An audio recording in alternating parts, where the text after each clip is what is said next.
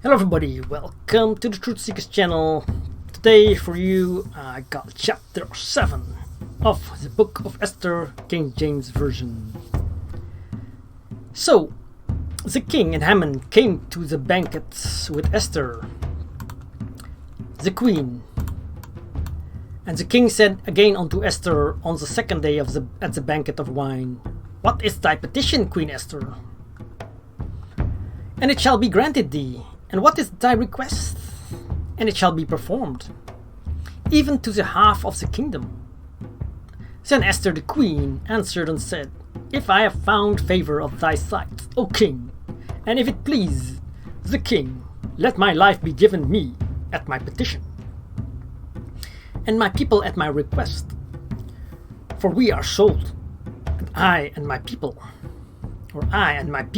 to be destroyed, to be slain, and to perish.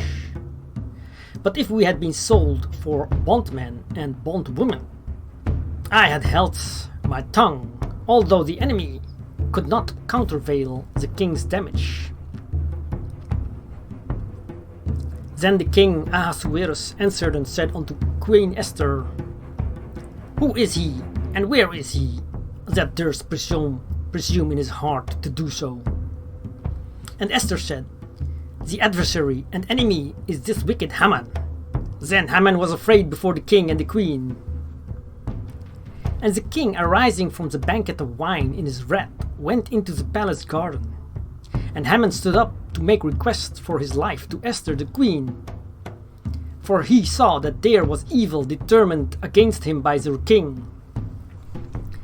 Then the king returned out of the palace garden into the place of the banquet of wine, and Haman was fallen upon the bed whereon Esther was.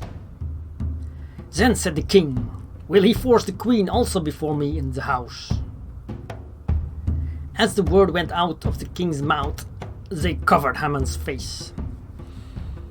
And Harbona, one of the chamberlains, said before the king, Behold also the gallows 50 cubits high which Haman had made for Mordecai, who had spoken good for the king, standeth in the house of Haman. Then the king said, Hang him thereon. Hang him thereon.